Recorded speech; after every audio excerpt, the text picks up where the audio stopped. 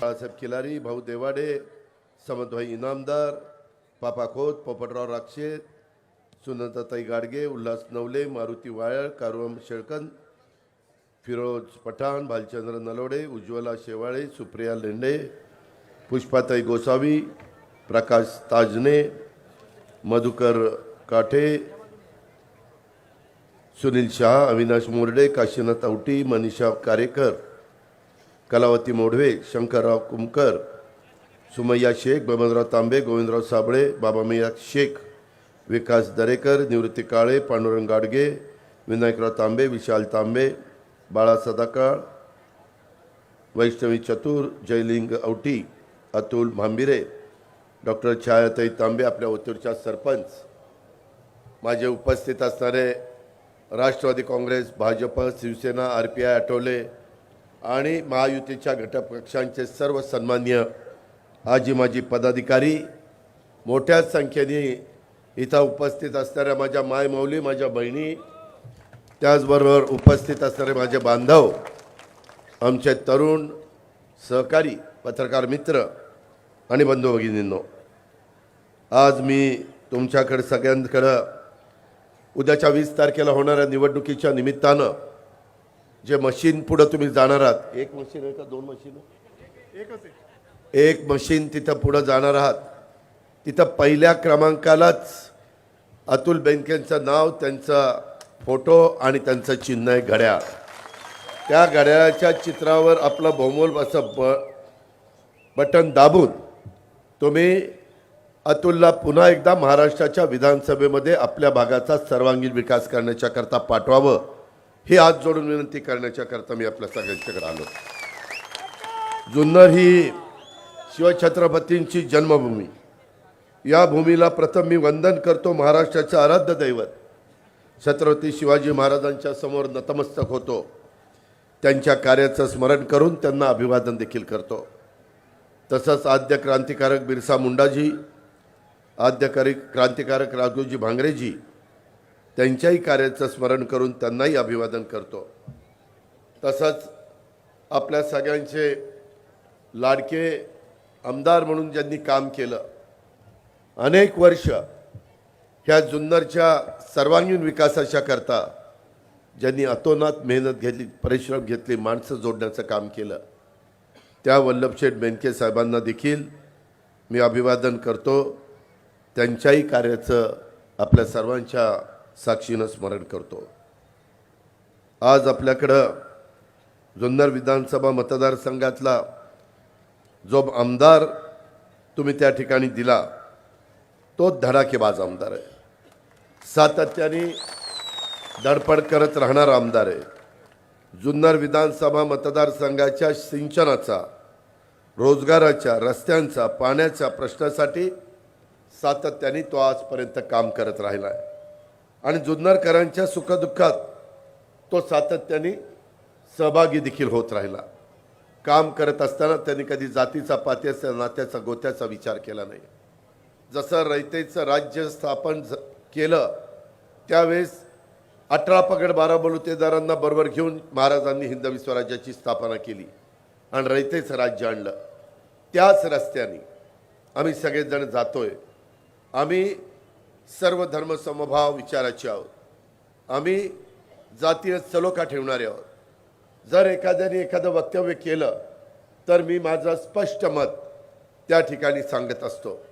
शेवटी आपल्याला महाराष्ट्राला पुढे न्यायचं आहे, या सर्वांना पुढे न्यायचं आहे आणि असं असताना एकमेकाच्या बद्दल आकस, एकमेकांच्या मध्ये दरी निर्माण करून आपल्याला काही मिळणार नाही.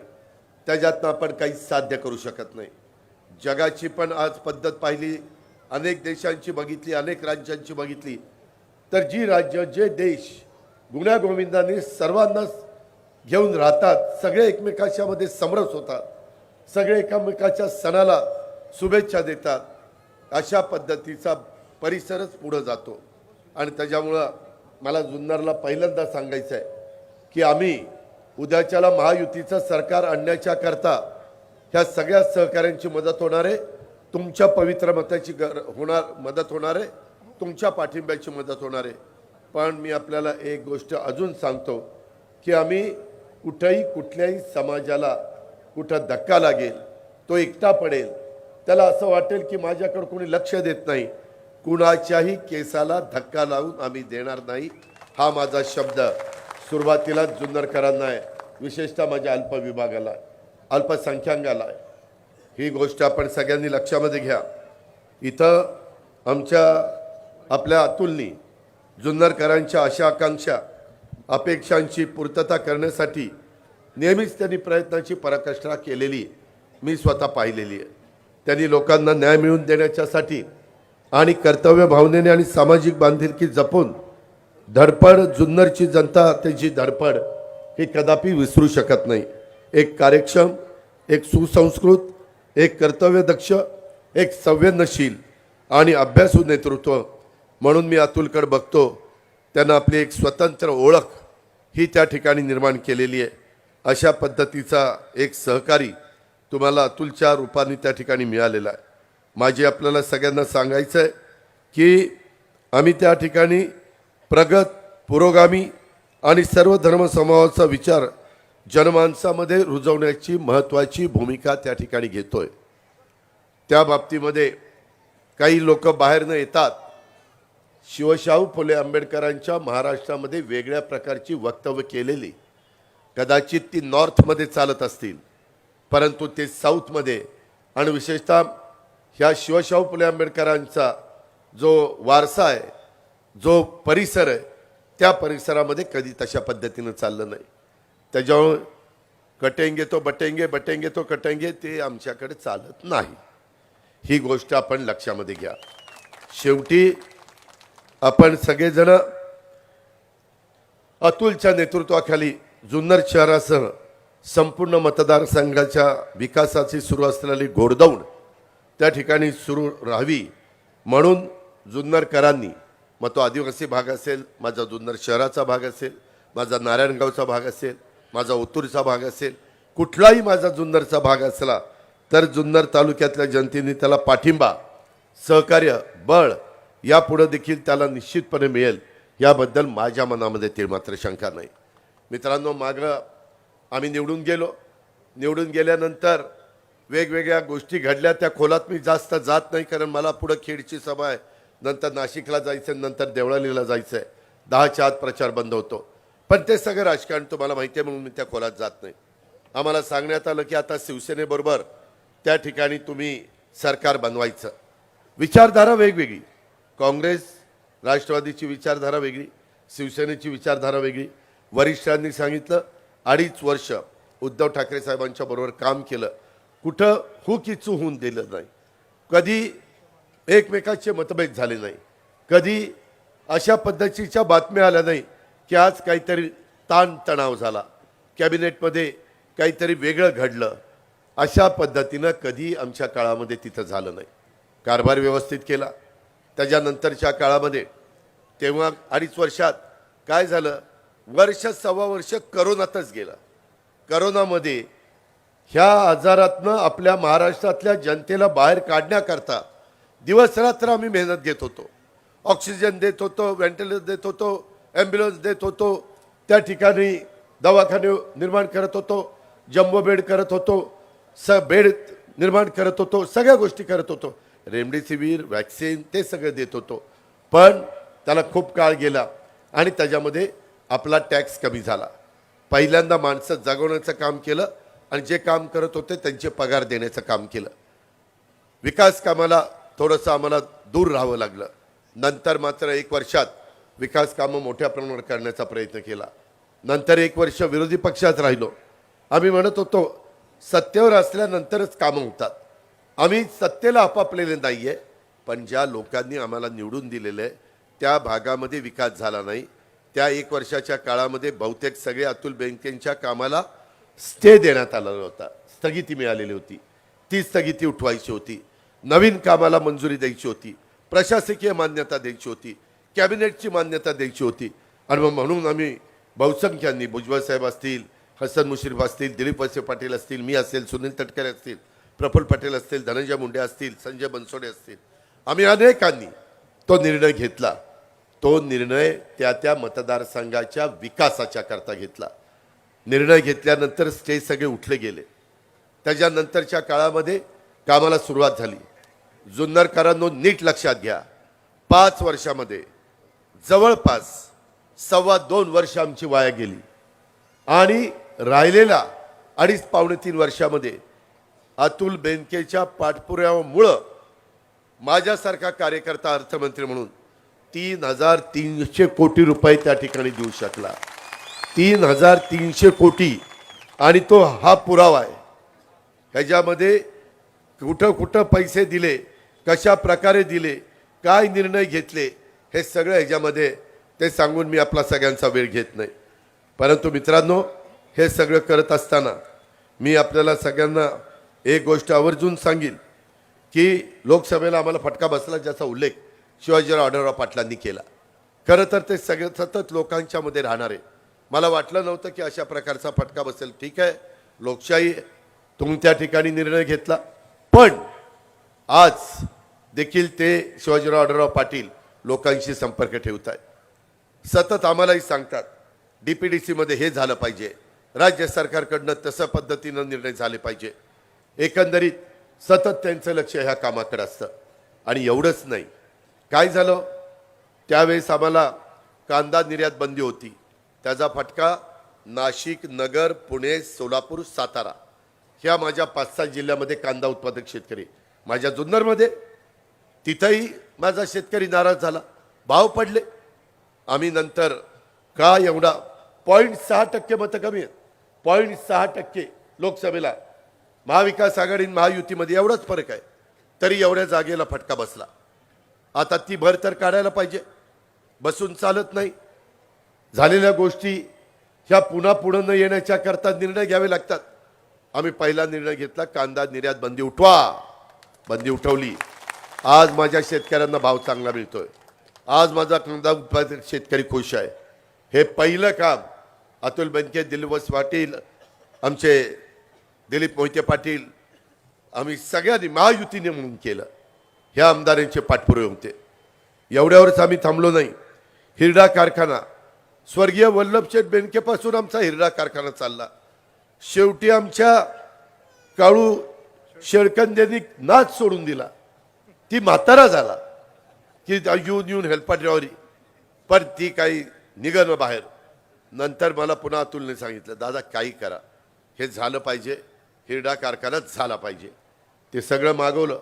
12 कोटी रुपये त्याच्यामध्ये घालावे लागले सरकारला. कॅबिनेट पुढं विषय न्यावा लागला. पण माझ्या आदिवासी भागातला प्रश्न होता, तुमचा आमदार मागे लागला होता, त्याला मी नाराज करू शकत नव्हतो. तो समाजाच्या भल्याकरता काम करत होता आणि त्याकरता कॅबिनेटमध्ये आणले. कॅबिनेटमध्ये काही म्हणाले, हे काय आणलंय? म्हणलं काय आणलं ते आणलं, ते करायचंय आणि मंजूर करायचं. त्या पद्धतीनं आपण ते मंजूर केलं. मंजुरीचं पत्र मी तुम्हाला त्या ठिकाणी देईन. यामध्ये आता आमचा काळू शेळकंदे देखील खुश झाला. आपल्याला आता त्याच्यात लक्ष घालून अतिशय चांगल्या प्रकारे जे काही तुमच्या सगळ्यांचं स्वप्न आहे त्या भागातल्या लोकांच्या करता ते आपण पूर्णत्वाला नेऊ. तेवढ्यावरच आम्ही थांबलो नाही. आज उमेदवार वेगवेगळे उभे राहतात, तो त्यांचा अधिकार आहे. आज अतुल अतिशय उत्तम पद्धतीनं काम करणार आहे. माझी तुम्हाला विनंती, इथे एवढ्या माझ्या मायमाऊली बसल्या, त्यांच्याकरता अर्थसंकल्प सादर करत असताना आम्ही काही योजना आणायचं ठरवलं. मी, एकनाथराव, देवेंद्रजी, आमचं बजेट होतं 6.5 लाख कोटीचं. अधिकाऱ्यांना विचारलं पगाराला, पेन्शनला आणि घेतलेल्या कर्जाचं व्याज द्यायला किती कोटी लागतात. ते म्हणले 3 लाख ते 3.25 लाख कोटी रुपये त्याला जातील. झाले, निम्मे पैसे गेले. मी त्यांना म्हणलं की मला काही करायचं आहे, पण माझ्या शेतकरी बांधवांच्या करता, आमच्या तरुण तरुणींच्या करता, मुख्यमंत्र्यांची, दोन्ही उपमुख्यमंत्रीची इच्छा आहे की आणि माझ्या मायमाऊलींच्या करता काही निर्णय घ्यायचे आहेत. साधारण 75,000 कोटी रुपयाचे आम्हाला लाभ ह्याच्यातून द्यायचा आहे.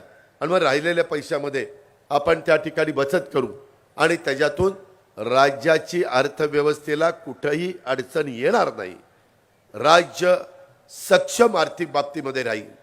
विरोधकांनी किती आरोप केले, माझ्या तिजोरीची दिवाळखोरी निघाली, कंगाल केलं राज्याला, कर्जबाजारी केलं, काही यांना कळत नाही.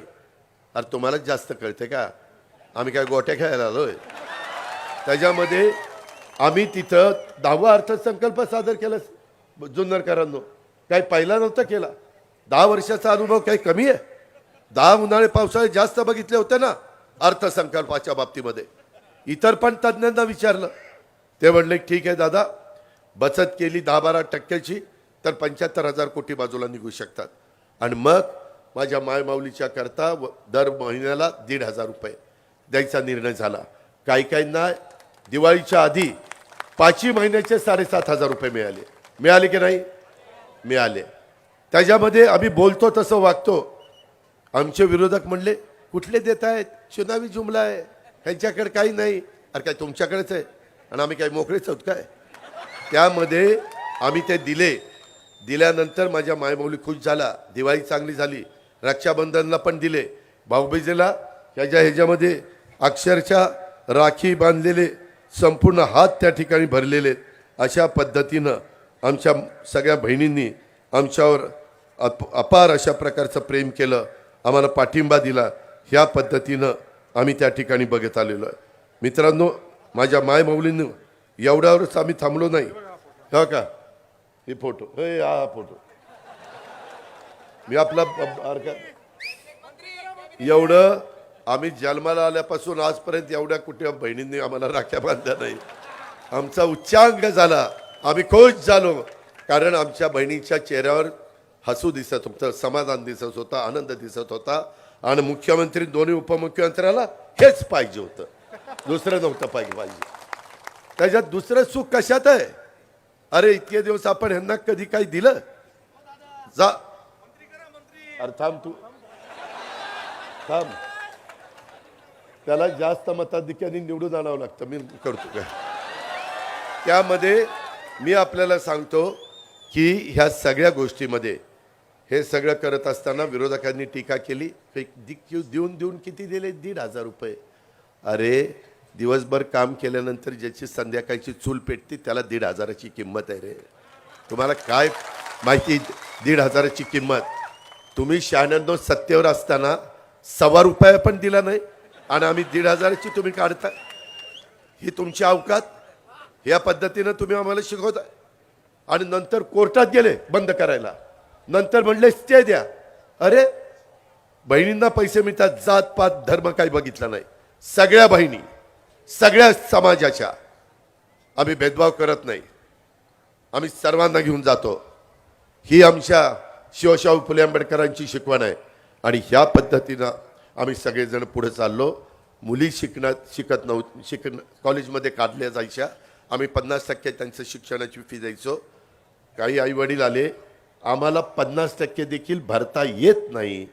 मुख्यमंत्र्यांना आम्हाला भेटले आणि म्हणले काय सांगावं, सरकारने फक्त 50% गरिबाच्या मुलींना कॉलेजच्या शिक्षणाच्या करता देण्याचा निर्णय घेतला, पण आमच्या मुलीनं राहिलेले 50% आम्हा आईवडिलांच्याकडे नसल्यामुळं मुलीने स्वतःचा जीव दिला. काय आम्हाला वाटलं असेल का?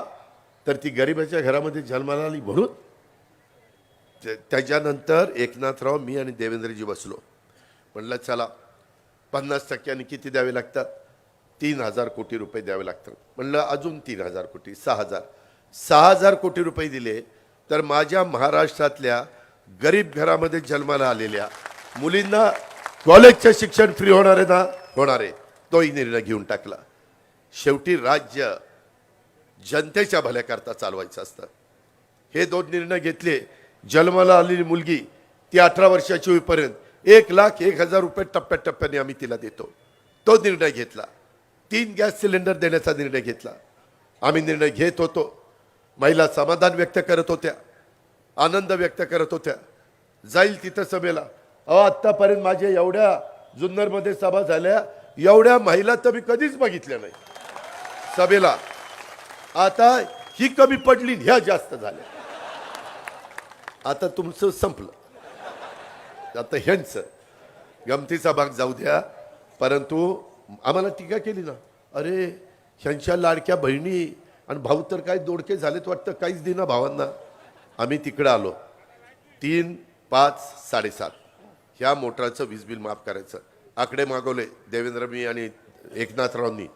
44 लाख शेतकरी, 15,000 कोटी रुपये वर्षाला लागणार. म्हणलं वीज फुकट मिळणार आहे ना त्यांना, 15,000 कोटी रुपये देऊ. कारण 75,000 कोटी बाजूला काढले होते, ह्यांना 45,000 कोटी, तुम्हाला ते 15,000 कोटी. त्याच्यामध्ये माझ्या स्टायपनला 6,000, 8,000, 10,000, त्याच्यामध्ये 8,000 कोटी, गॅस सिलेंडरला 2,000 कोटी, असा सगळा हिशोब 75,000 कोटीचा जुळवलेला होता. त्याच्यातून तुमचे 15,000 कोटी रुपये भरले. तुम्हाला झिरोची बिल आली का? आली. राहिलेल्यांना पण येतील. आचारसंहितेमध्ये अडकलं असेल. मागचं बिल द्यायचं नाही, चालू बिल झिरो, पुढचं बिल द्यायचं नाही. पण आता 3,585 पहिलं 5 रुपये लिटरला जास्त दिलं अनुदान. भाव वाढले तर ग्राहकाला तोटा होतो, ग्राहक नाराज होतो. मग आता 1 ऑक्टोबरपासून 7 रुपये केले. 3,585 डायरेक्ट तुमच्या अकाउंटला. हे पैसे आधार कार्डची लिंकअप डायरेक्ट त्यांच्या अकाउंटला. मध्यस्थी नाही, पैशाची गळती नाही, डायरेक्ट आमच्या ह्याच्यामधनं मंत्रालयातनं पैसे त्या माऊलीच्या माझ्या अकाउंटला. मध्ये कुणी पुरुषांनी लुडबुड करायचं कारण नाही. फार तर म्हणा हे दे ग जरा 1,000 रुपये दे. तर त्याच्यामध्ये आम्ही तुम्हाला बिल माफ केलेलं आहे, पुढेही बिल माफ करणार आहे. त्या संदर्भात मला इथं बिबटे आहेत, बिबट्याच्या संदर्भामध्ये बऱ्याच काही गोष्टी आहेत. आणि त्याच्यामुळं मला अतुल नेहमी सांगायचा, मी अनेकदा आलो शिवाजीराव आढळराव पण पाटील त्यांच्या इलेक्शनच्या काळात काही घटना घडल्या, दादा हे काही बरोबर नाही. आणि त्याच्यामुळं आम्ही ते ठरवलं करायचं. आता मी सांगतोय तुम्हाला अजून 4-5 महिने कळ काढा. 4-5 महिन्यांनी महाराष्ट्रातल्या तमाम शेतकऱ्यांना चांद्यापासून बांद्यापर्यंत, सूर्य उगवला वीज पंप चालू, सूर्य मावळला वीज पंप बंद, घरी जायचं संध्याकाळी आपल्या आपल्या. आणि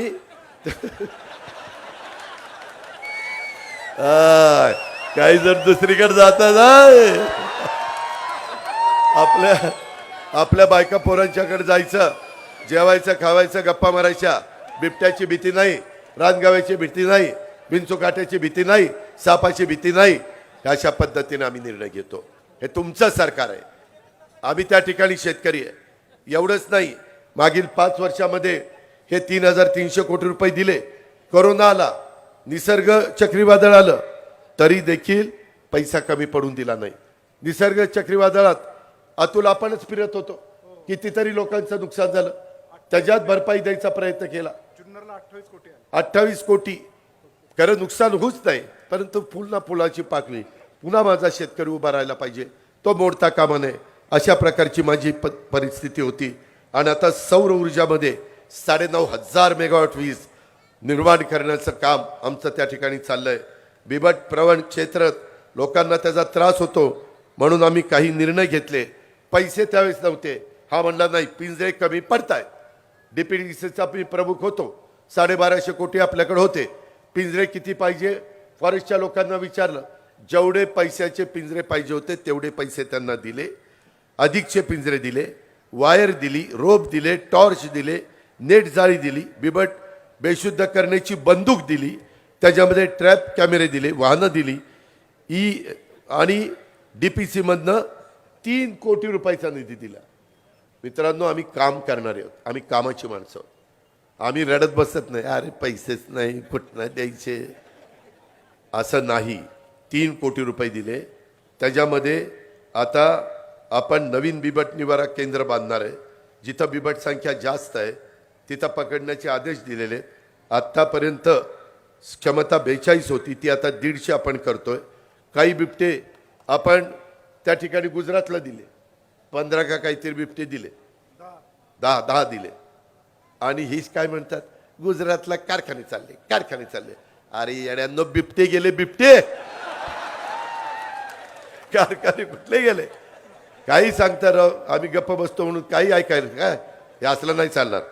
त्याच्यामध्ये गेल्या 5 वर्षामध्ये सिंचनासाठी अनेक जलसंधारणाचे बंधारे अतुल आणि त्या सगळ्या आमच्या महायुती, त्याच्यात भाजपनं पण आलं, शिवसेना आलं, नाही तर ते म्हणतील हे जर राष्ट्रवादीच चालले कौतुक. तसं नाही बाबांनो, तुम्ही पण आरपीआय आठवले साहेब आले, सगळे आले बाबा. त्याच्यामध्ये शिल्लेवाडीची बंद पाईपलाईन 100 कोटी त्याला दिले, त्याचं काम कोळवाडी आळेपर्यंत झालंय. वडज उपसा सिंचनला 35 कोटी 50 लाख रुपयाची प्रमा दिली, त्याचा फायदा खिलारवाडी, सावरगाव, निमदरी ह्या गावांना त्या ठिकाणी होणार आहे.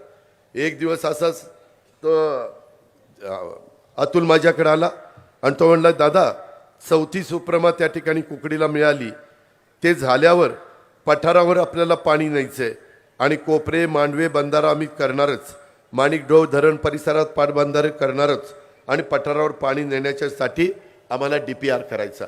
मी अधिकाऱ्यांना फोन केला, अधिकारी म्हणले, दादा बजेट झालेलं आहे, DPRला काय आपल्याकडे पैसे नाही. मी म्हणलं किती पैसे लागतील? ते म्हणाले ₹1 कोटी लागतील DPRला, ₹1 कोटी. शेवटी आमदाराच्या आग्रहाखातर DPDCतनं ₹1 कोटी DPR बनवायला दिले. पांडुरंग दिले का नाही? त्याच्यामध्ये कोपरे मांडवे इथे बंधारा बांधण्यासाठी सर्वेक्षणाला देखील आपण त्या ठिकाणी मान्यता दिली. एवढ्यावरच आम्ही नाही थांबलो. ओतूर परिसरात डुंबरवाडीच्या गायरान जागेत शासनाचा फूड प्रोसेसिंग पार्कसाठी प्रथम आपण मान्यता दिलेली आहे आणि हे प्रकल्प उभे राहिल्यानंतर मला खात्री आहे की अनेक स्थानिक उद्योजक तयार होतील.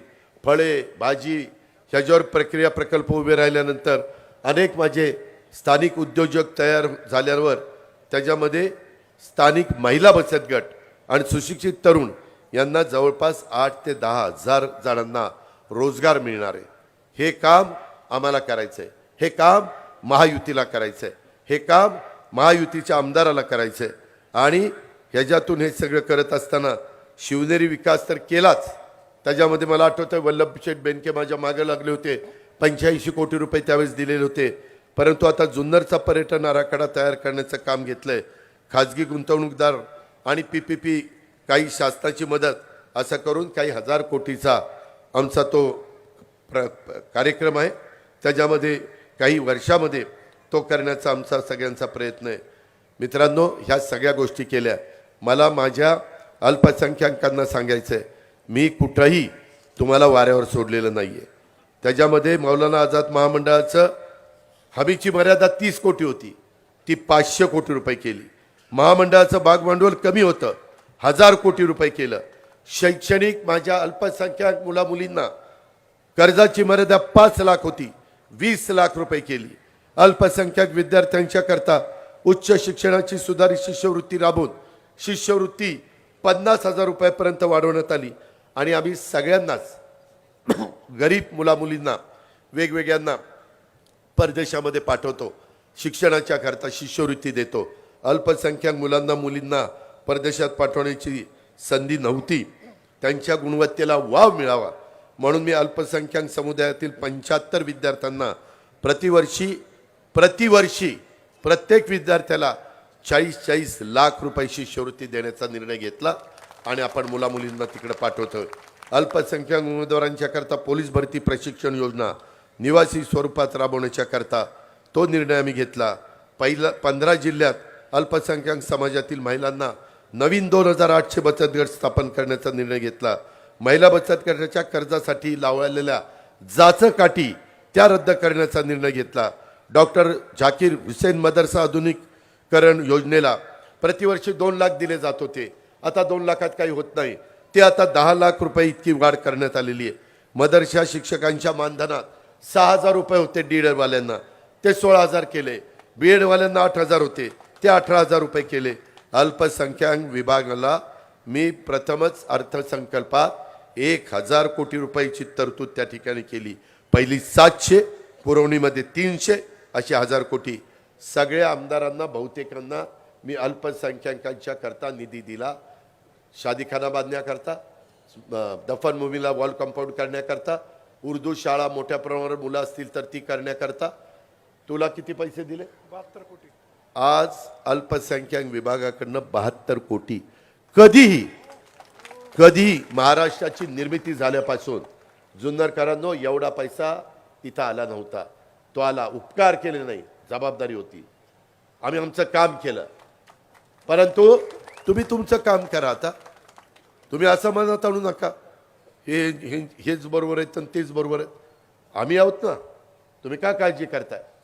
काल परवा तुमची रॅली प्रचंड मोठी निघाली, मला मगाशी कोण सांगत होतं, त्याबद्दल तुमचं अभिनंदन. पण त्या रॅलीचं रूपांतर घड्याळाचं बटन दाबायला झालं पाहिजे. पुन्हा दादा काय करणार, रात्री फतवा आला आणि सगळं गेलं. अरे सगळं गेलं, आम्ही कधी जाऊन दिलं का? आम्ही काम करतोय ना, आम्ही भेदभाव करतोय का? आम्ही तुमच्या केसाला धक्का लावून देणार नाही ना, तुम्ही काय काळजी करताय? त्यामध्ये मला आपल्याला सगळ्यांना सांगायचं आहे, खूप गोष्टी आहेत, परंतु माझी 4ला सभा आहे. तुम्ही तुमचं काम करा, तुम्ही तुमचं काम करा, पुढची जबाबदारी माझ्यावर सोपवा. त्यामध्ये मी तुम्हाला सांगेन, स्वर्गीय वल्लभशेठ बेनके आत्ता आपल्यात नाही आहेत. वल्लभशेठ बेनके वरनं बघताय, पण आत्ता आपल्यात नाही आहेत. अतुल हा आपल्याला पोरका करायचा नाही, अतुलला पोरका करायचा नाही. बेनके कुटुंबांनी जुन्नरची खूप सेवा केलेली आहे, ही तुम्हाला मान्यच करावं लागेल. मी स्वतः अतुलच्या पाठीशी भक्कमपणे उभा आहे. त्याच्यामध्ये तो बी सिव्हिल त्या ठिकाणी झालेला आहे, कष्ट करणारा आहे, शांत स्वभावाचा आहे, काम नाही झालं तर चिडतो, काम झालं तर गुमानी जातो, अशा पद्धतीचं त्याची सवय आहे. त्याच्यामुळं मी त्याला चिडूनच देत नाही, कामच करतो, त्याच्यावर ती कशाला चिडत. अशा पद्धतीनं आमचं काम चाललंय. मित्रांनो, काही झालं तर ही अतुलची वल्लभशेठ बेनके हयात नसतानाची पहिली निवडणूक आहे. उद्याच्याला त्याच्या घड्याळाच्या चित्राचं बटन दाबून खऱ्या अर्थाने वल्लभशेठ बेनकेंना त्या ठिकाणी श्रद्धांजली आपल्याला व्हायची. तुम्ही माझी हात जोडून कळकळीची विनंती आहे, बाकी कुणाचा विचार करू नका.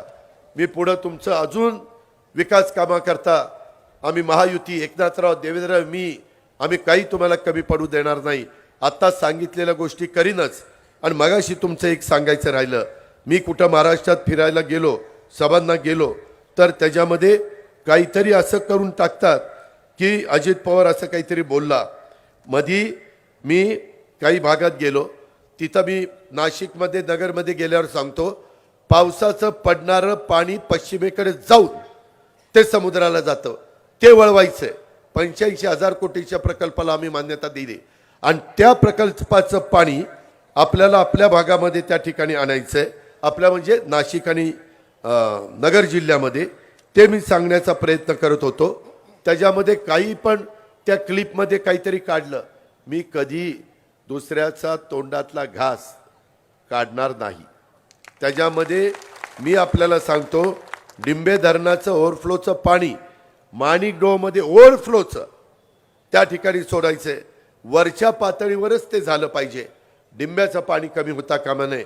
ह्याबद्दलची खबरदारी आपल्याला त्या ठिकाणी घ्यायची.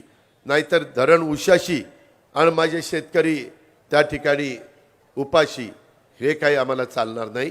त्याच्यामुळं आमचं भागून जे असेल ते खालच्यांनी न्या, त्याच्याबद्दल दुमत असल्याचं कारण नाही. पण मी दुसरी एक गोष्ट जाता जाता सांगतो, आम्ही सरकारमध्ये जाण्याच्या मध्ये जी काही एक वेगवेगळी कारणं होती, त्याच्यात माझ्या आंबेगाव तालुका आणि माझा जुन्नर तालुक्याचा पाण्याचा महत्त्वाचा प्रश्न होता, जो मगाशी लाव रे व्हिडिओ, त्याच्यात तुम्ही ते ऐकलं, त्या पद्धतीनं तिथं ते झालेलं होतं. मित्रांनो, त्याच्यामध्ये आपल्याला आता पाणी खूप महत्त्वाचं आहे आणि तशा पद्धतीनं आपण ह्या सगळ्या गोष्टी करतो. पाण्याच्या संदर्भामध्ये काही झालं तर माझा जुन्नर तालुका आणि आंबेगाव तालुका अडचणीमध्ये येऊ नये, ह्याकरता दिलीप वळसे पाटील आणि अतुल बेनकेंनी त्या ठिकाणी भूमिका घेतली, हे पण आपल्याला विसरता येणार नाही. भाव, तुमच्या इथं मी आत्ता विचारलं, उसाला 1 मिनिट,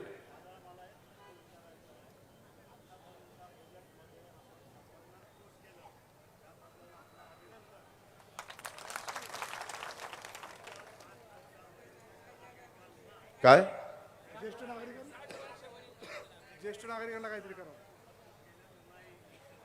ज्येष्ठ नागरिकांना वयोश्री योजना आणली. ज्येष्ठांना 75च्या पुढं एसटी फ्री केली. एसटी मध्ये बसा, कुठं देवदर्शनाला जावा, जावायाकडे जावा, लेकीकडे जावा, लेकाकडे जावा, सुनेकडे जावा, आणखीन कुठं काही राहिलं असेल तर तिकडे जावा. मी खोटं नाही सांगत, मी तुमचा आदर करतो, परंतु ते केलेलं आहे. सांगायचं राहिलंय, वयोश्री योजना आणली, परंतु त्याच्यात भरीव अजून नाहीये. मला तुम्ही संधी द्या, वयस्करांची संख्या महाराष्ट्रामध्ये मोठी होत चाललेली आहे, आयुमान वाढत चाललेलं आहे, एकंदरीत परिस्थिती बदलत चाललेली आहे. त्यांना देखील त्या बाबतीमध्ये कुठं कमी पडणार नाही. तरुण तरुणींना कोर्स करायला स्टायपन म्हणून त्याच्यात प्रशिक्षणार्थींना आपण त्या ठिकाणी वेतन देतोय 6,000, 8,000, 10,000 अशा पद्धतीनं समाजातल्या सर्व घटकाला आपण त्या ठिकाणी समाधान करतोय. मित्रांनो, बंधू भगिनींनो, आपल्याला जो साखर कारखाना आहे, जो निवृत्ती शेठ सरकारांनी चालवला, तो उभा केला, सोपान शेठ सरकारांनी चालवला, त्याच्यानंतर आता जे चालवत आहेत, 10 वर्षात तुम्हाला इतरांच्या पेक्षा 1,600 रुपये भाव कमी मिळाला. 1,600. आणि त्यामध्ये माझ्या माळेगावचा आणि सोमेश्वरचा भाव 3636 आणि 3571 आहे. तुमचा भाव 3200 रुपये आहे. तोही बळ बळ. तर आपल्याला ह्याचाही विचार करा. ज्यांना एवढा सुंदर आर्थिक सुबत्ता आणणारा कारखाना चालवायला दिलाय, ते कारखाना चालू शकत नाही.